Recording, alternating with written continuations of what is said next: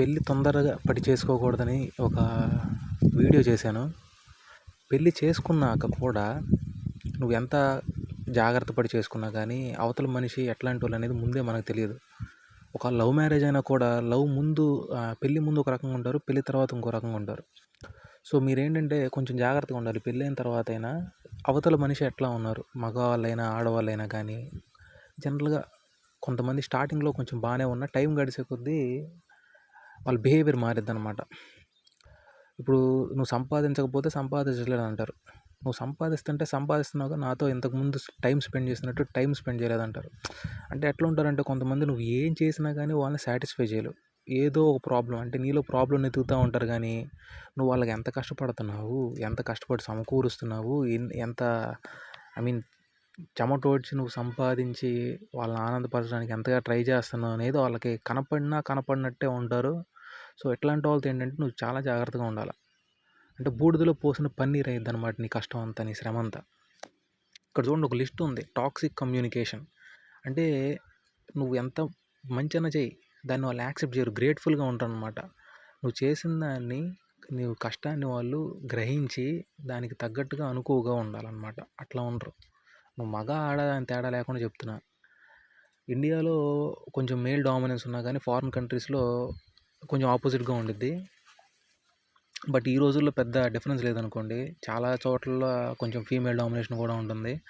So ఈ toxic communication ఏంటంటే ఇదే, నెగిటివిటీని ఎక్కువగా చూపిస్తూ ఉంటారు, పాజిటివిటీని చూడకుండా. చిన్న వాటికి కూడా బాగా నెగిటివ్ అయిపోవడం అట్లా. వీళ్ళలో ఏంటంటే లవ్ తక్కువ ఉండిద్ది. ఆ లవ్ తక్కువ వల్ల ఏది చేసినా కానీ అందులో నెగిటివిటీని ఎతుకుతూ ఉంటారు. సపోజ్ మీ హస్బెండ్ అయినా వైఫ్ అయినా మీ మీద లవ్ ఎక్కువ ఉంటే వాళ్ళు తట్టుకుంటారనమాట. ఎన్ని చేసినా క్యారెక్టర్ ఉండిద్ది, పుట్టినప్పటి నుంచి ఉండే క్యారెక్టర్ అదొక ఎత్తు. దాని తర్వాత మనకి పెరిగినప్పుడు ఒక్కొక్కరికి ఒక్కొక్క పర్సనాలిటీ ఉండిద్ది అనమాట. అంటే ఇప్పుడు ఒకే ఇంట్లో పుట్టిన ఇద్దరు, ఒక అన్న చెల్లెలు కానీ, అన్న మంచిగా అయితే చెల్లెలు తేడా అయిద్ది అనమాట. అంటే అబద్ధాలు చెప్పడాలు, దొంగతనాలు చేయడాలు ఇట్లా. సో అది పేరెంట్స్ మీద అనలేం, వాళ్ళిద్దరు క్యారెక్టర్స్ అట్లాంటివి అనమాట. సో ఎట్లా ఉంటారు. సో మనకు వచ్చే వాళ్ళు ఎట్లా ఉంటారో తెలియదు కదా. సో అవతల వాళ్ళు ఆస్తి ఏం తీసుకురాని వాళ్ళు కూడా బాగా పేదవాళ్ళని నువ్వు చేసుకున్నావు అనమాట. మనకి ఇంట్లో జాగ్రత్తగా మన అమ్మ నాన్నలు చూసుకునేది అని చేసుకున్నావు. సపోజ్ ఒక అమ్మాయి ఏంటి 100 ఆశలతో వచ్చిద్ది. ఆ 100 ఆశలు నువ్వు నెరవేర్చట్లేదు అనేది, ఏదేదో ఊహలతో ఉండిద్ది, ఇక్కడ నాకు జరగట్లేదు అనేది ఇట్లా. సో నాకు ఇంకా చాలా నువ్వు చెయ్యాలి, నేను ఎన్నో ఆశలతో వచ్చాను, నువ్వే నాకేం చేయట్లేదు, చూసుకోవట్లేదు అనేది ఇట్లా. సో ఏంటంటే ఉన్న పాజిటివిటీని పీస్ఫుల్గా ఎన్విరాన్మెంట్ క్రియేట్ చేసుకోవడానికి అసలు యూజ్ చేయరనమాట. ఎప్పుడు లేని వాటిని ఎతకటం కానీ, ఉన్న వాటిలో నెగిటివిటీస్ని ఎతకటం కానీ, ఇంకా ఇక్కడ మీకు కావాల్సిన అవసరాలు ఏంటి అని చూసుకోవడం. అసలు మీ మీద లవ్ ఉంటే ఆటోమేటిక్గా అవతల వాళ్ళకి ఏం చేయాలని వాళ్ళు చెప్పకుండానే మీకు వచ్చి చేస్తారు. అంటే ఇప్పుడు సింపుల్ ఎగ్జాంపుల్ చెప్పాలంటే, మార్నింగ్ హస్బెండ్ జాబ్కి వెళ్తుంటే కావాల్సినవి ముందే అందియడం. హస్బెండ్ అయినా వైఫ్ని చూసి తనకు ఒకవేళ ఏదన్నా బాగాలేదనుకుంటే తనే కిచెన్లోకి వెళ్ళి చేసి తీసుకొచ్చి అమ్మాయికి కాలు నొప్పులు ఉంటే కాలు నొక్కు, ఏందిరా తొక్కేస్తారనుకో మాగా. నువ్వు గొప్పవాడు, అందరికంటే గొప్పోడు, అందరికంటే తక్కువగా ఉండి అవతల వాళ్ళకి సేవ చేయాలన్నమాట. హ్యూమిలిటీ. నిన్ను తగ్గించుకుంటే నువ్వు రేపు హెచ్చింపబడతావు, బైబిల్ కోట్ అనమాట. సో నువ్వు ఇదే ఏముంది, నాకు 1 lakh శాలరీ లేదా 10 lakh శాలరీ, లేకపోతే నేను ఇయర్లీ 1 crore కంటే ఎక్కువ సంపాదిస్తాను అనుకున్నావు అనుకో. సంపాదిస్తావు సరే, 10 ఇళ్ళు కొంటావు, అందులో నువ్వు ఒక్కడవే ఉంటావా? నిన్ను ప్రేమించే వాళ్ళు ఉండాలనుకుంటావు కదా. నువ్వు అవతల వాళ్ళని ప్రేమిస్తేనే కనీసం వాళ్ళని తిరిగి ప్రేమించడానికి ఆస్కారం ఉండిద్ది. వాళ్ళే నీ అమ్మా నాన్నలు కాదు, నువ్వు వాళ్ళని తిట్టినా ఇసుక్కున్నా వచ్చి అరే నాన్న తినరా అని నీ నోట్లో పెట్టడానికి. రోజులు ఇప్పుడు ఎట్లా ఉన్నాయి, నువ్వు లవ్ చేస్తేనే నిన్ను తిరిగి లవ్ చేయరు. అలాంటిది నువ్వు 10 ఇళ్ళు ఉంటే 20 ఇళ్ళు ఉంటేనే అందులో నిన్ను లవ్ చేసే ఒకళ్ళిద్దరు లేకుండా ఉంటే ఉపయోగం ఉంది. సో ఏంటంటే అవతల వాళ్ళు నిన్ను ఇంత మ్యానిపులేట్ చేస్తున్నారని తెలిసినప్పుడు నువ్వు స్టిల్ వాళ్ళని లవ్ చేయాలి. బట్ లవ్ చేస్తా బర్డెన్గా ఫీల్ కాకూడదు. చేస్తున్నావు వాళ్ళు అంతే అని నిన్ను నువ్వు పీస్ఫుల్గా ఉంచుకో. మినిమమే చెయ్యి, మ్యాక్సిమం చేయొద్దు. అంటే అవతల వాళ్ళు కంట్రోలింగ్గా ఉంటే వాళ్ళకి వాళ్ళ తప్పు అర్థమయ్యేటట్టు చేయాలి. వాళ్ళని బాధ పెట్టకుండా చేయటానికే ట్రై చేయాలి. అంటే వాళ్ళని బాధ పెట్టకుండా వాళ్ళ తప్పు వాళ్ళకి అర్థం కావాలన్నమాట. అంటే కొంతమంది పనిష్ చేస్తారు బాగా. ఓవర్‌గా పనిష్ చేసేసి అవతల వాళ్ళని వాళ్ళు మార్చేద్దామని కూడా అనుకుంటారు. తప్పు కాదు ఒక రకంగా చెప్పాలంటే. అంటే అవతల వాళ్ళ సివియారిటీని బట్టి చేసేవాళ్ళుంటారు. బట్ స్టిల్ అది రాంగ్‌గా తీసుకొని అది వేరే డివోర్స్‌లకి గానీ, ఇంకా దారుణమైన కూడా లీడ్ చేసిద్ది. సో ఏంటంటే మ్యాక్సిమం ఈ లవ్ అనే కాన్సెప్ట్ ద్వారానే మనం నచ్చరగొట్టుకొని రావాలి అవతల వాళ్ళని. వాళ్ళలో ఇంత నెగటివిటీ ఉన్నా దాన్ని మనం పాజిటివిటీతో కన్వర్ట్ చేయాలి. అరే నువ్వు వాళ్ళు అడిగిందల్లా చేయకపోతే వాళ్ళు ఇంకేం మారతారు అనుకుంటారా? ఇదే ఇక్కడ. నువ్వు అడిగిందల్లా చేస్తున్నావు, అయినా కానీ వాళ్ళు ఇంకా నాకు అది చేయట్లేదు, ఇది చేయట్లేదు, లేకపోతే నీ సంగతి ఏంది? నువ్వు ఆమెకు కావాల్సినవి చేస్తున్నావు, ఆమె నీకు కావాల్సినంత చేస్తుందా? లేదా వాడు నీకు కావాల్సినవి చేస్తున్నాడా? సింపుల్గా ఫ్రాంక్గా చెప్పాలంటే నువ్వు అవతల వాళ్ళకి అడిగినవన్నీ చేసావంటే నిన్ను నువ్వు సరిగా చూసుకున్నట్టే. నీకు అంత టైం ఉండదు. అవతల వాళ్ళకి కాదు, నీకు నువ్వు చేసుకునే అంత టైం కూడా ఉండదు కొన్నిసార్లు. ఇంక నువ్వు అవతల వాళ్ళకి వాళ్ళు అడిగినవన్నీ నువ్వేం చేస్తా? తప్పులు అనేది వాళ్ళు చేస్తాం, మనం చేస్తాం. మన తప్పులు మనకు కనపడవు జనరల్గా. సో అవతలోళ్ళు మన తప్పుల్నే పద్దాకులు పాయింట్ చేస్తూ ఉంటారు. అది మోస్ట్ మెనీ పీపుల్ టెండెన్సీ అదే. సో ఏంటంటే మీ పార్ట్నర్ మీకు మీ తప్పులు చెప్తున్నప్పుడు అర్థం చేసుకోండి, మార్చుకోండి. మీరు మార్చుకుంటే నెక్స్ట్ టైం మీరు అవతల వాళ్ళతో మాట్లాడడానికి ఆస్కారం ఉండిద్ది అనమాట. మిమ్మల్ని మీరు మార్చుకోకుండా అవతల వాళ్ళని మారుద్దామని చూస్తే అది కామెడీ కిందే. సో ఫస్ట్ మిమ్మల్ని మీరు మార్చుకోండి, దాని తర్వాత అవతల వాళ్ళు మారుద్దామని ట్రై చేయండి. అవతల వాళ్ళు మిమ్మల్ని మ్యానిపులేట్ చేస్తున్నారని అర్థమైనప్పుడు డెఫినెట్గా సైలెంట్గా, జాగ్రత్తగా, కేర్ఫుల్గా, లవింగ్గా దాన్ని తగ్గించడానికి, అవతల వాళ్ళని మార్చడానికి ట్రై చేయండి. మారకపోయినా ఫోర్స్ చేయొద్దు. వన్ సైడెడ్ రిలేషన్షిప్స్ లేకపోతే ఫోర్స్ చేస్తే ఎట్లానే అవుతాయి, వన్ సైడెడ్ రిలేషన్షిప్ అయిపోయింది అనమాట. నువ్వు వాళ్ళని ఫోర్స్ చేస్తున్నావు అంటే వాళ్ళు నీ మీద నమ్మకాన్ని కూడా కోల్పోతారు. సో ఫోర్స్ చేయడం అంటే నెగిటివ్గానే కాదు, పాజిటివ్ ఫోర్సింగ్ కూడా ఉండేది. ఎట్లా అంటే ఇప్పుడు పొద్దున్నే నిద్రలే, నాతో పాటు లేచి వాకింగ్కి రా, ఎందుకు రావు అని ఉండిద్ది. అరే బాబు, పుట్టి పెరుగుతున్న ఇంట్లో 3-4 పుడితే అందరూ ఒకేలా ఉండరు. నీకు రేపు వచ్చే వైఫ్ అయినా హస్బెండ్ అయినా ఫోర్స్ చేయొద్దు. నువ్వు లేచి జిమ్కి పదా నాతో, లేకపోతే పొద్దున్నే లేచి ఇల్లుడు చెప్పు, బట్ కానీ ఫోర్స్ చేయొద్దు.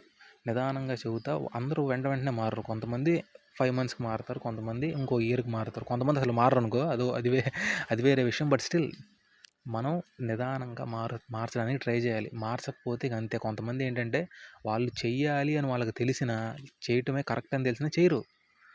కొంతమంది పనులు చేయడానికి ఇష్టపడరు.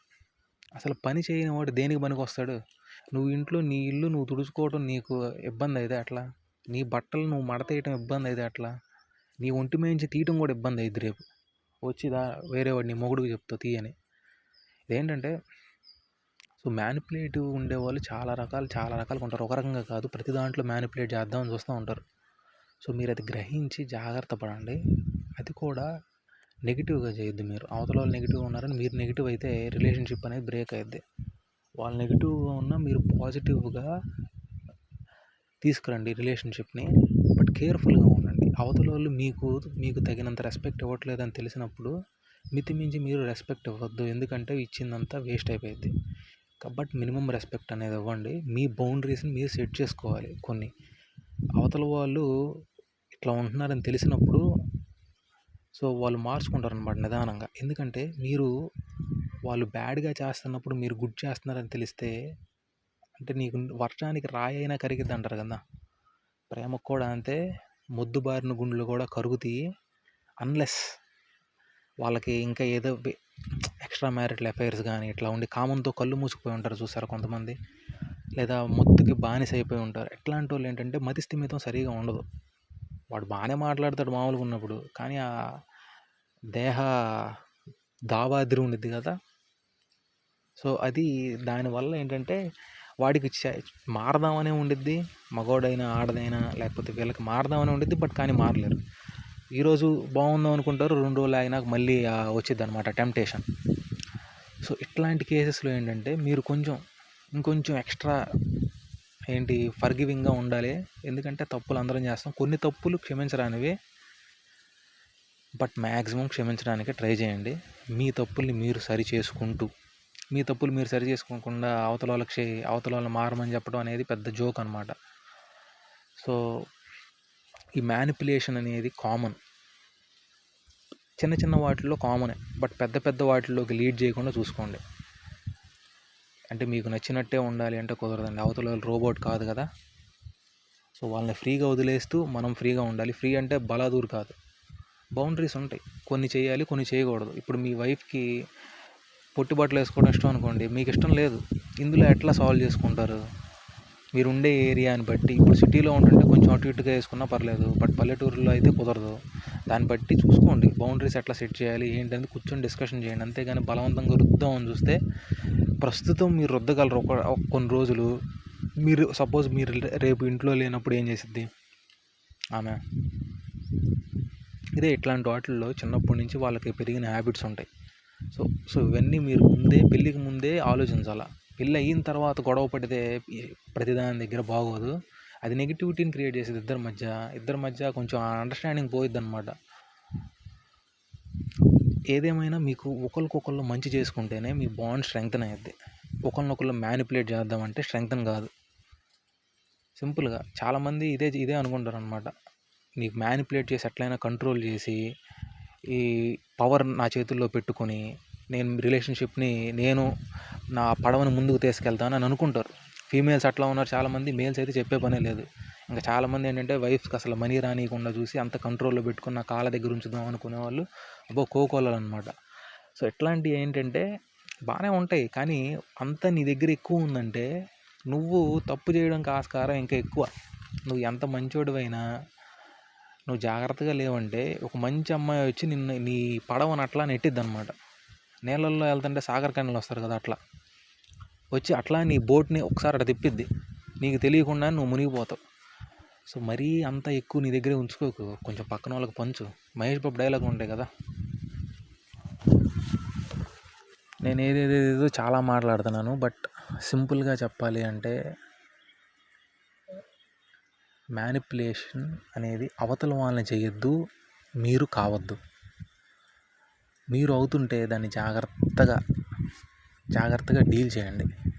అదే మీరే చేస్తున్నారనుకో, ఎట్లాగైనా కష్టపడి ఆపుకోండి. రిలేషన్షిప్స్ అనేవి మ్యానిపులేషన్స్ ద్వారా ఉండవు. బిజినెస్లే నిలబడవు. అవతల వాళ్ళకి అర్థమైనా ఖతం అవుతాయి. ఇంకా రిలేషన్షిప్స్ ఏముంటాయి? ఎక్కడికో దారి తీయచి. అంత దరిద్రం కాకుండా చనిపోయేదాకా కలిసి ఉండాలి అంటే ఆనందంగా చనిపోవాలి అంటే ముందు హాయిగా చాలా ప్రేమగా బతకాలి. ఆ ప్రేమే మీకు చివరికి మీ ఆస్తి అన్నమాట. మీరు సంపాదించిన వీటన్నిటికంటే అదే మీకు ఆనందాన్ని ఇచ్చేది. అది గుర్తుపెట్టుకోండి. బాయ్.